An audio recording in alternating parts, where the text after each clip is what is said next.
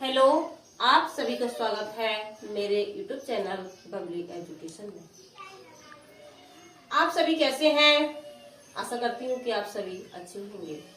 आज मैंने जो टॉपिक लिया है वो है हिंदी गद्य क्या है, कि हिंदी गद्य किसे कहते हैं और हिंदी गद्य तथा पद्य में अंतर क्या है। आइए देखेंगे बड़े ही सरल शब्दों में कि हिंदी गद्य क्या है, गद्य किसे कहते हैं। तो सबसे पहले यही है हमारा टॉपिक, गद्य क्या है। गद्य क्या है तो देखेंगे, छंद कोमल ताल कोमल लय एवं तुकबंदी से मुक्त तथा विचारपूर्ण एवं वाक्यबद्ध रचना को गद्य कहते हैं। अब गद्य किसे कहते हैं मैंने डिफाइन करा, छंद ताल लय, जिसमें छंद नहीं होगा, ताल नहीं होगा, लय भी नहीं होगी और ना ही तुकबंदी होगी। लेकिन क्या होगा, वो एक विचारपूर्ण होगा और वाक्यबद्ध होगा, उसे हम गद्य कहते हैं।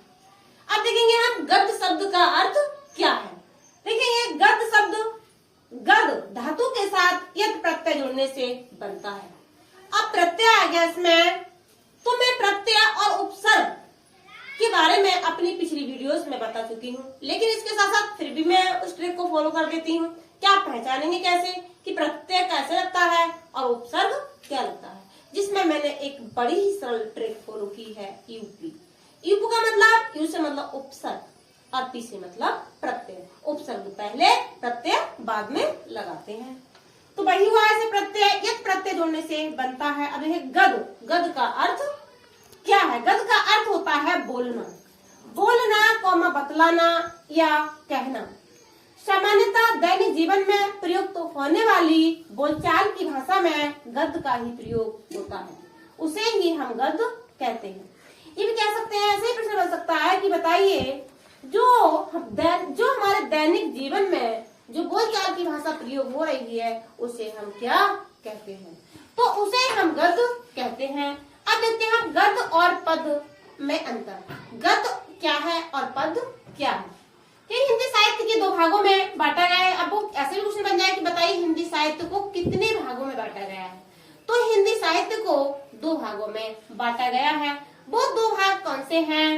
गद्य साहित्य, एक तो गद्य साहित्य तथा पद्य काव्य साहित्य। पद्य कह लें या काव्य कह लें, बात उसमें एक ही है, पद कहो या काव्य कहो।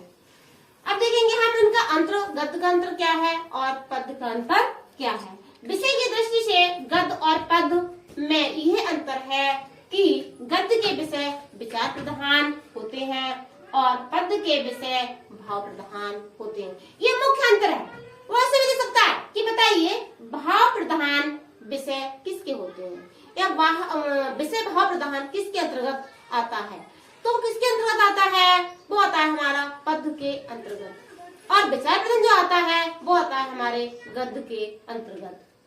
हिंदी गद्य का विकास। हिंदी गद्य का विकास सामान्य बोलचाल की भाषा के रूप में होता है। अब वो ऐसे भी प्रश्न बता सकता है कि बताइए हिंदी गद्य का विकास किस भाषा के बोलचाल में होता है, तो होता है सामान्य बोलचाल की भाषा के रूप में प्रयुक्त किया जाता है किसका, हिंदी गद्य का विकास।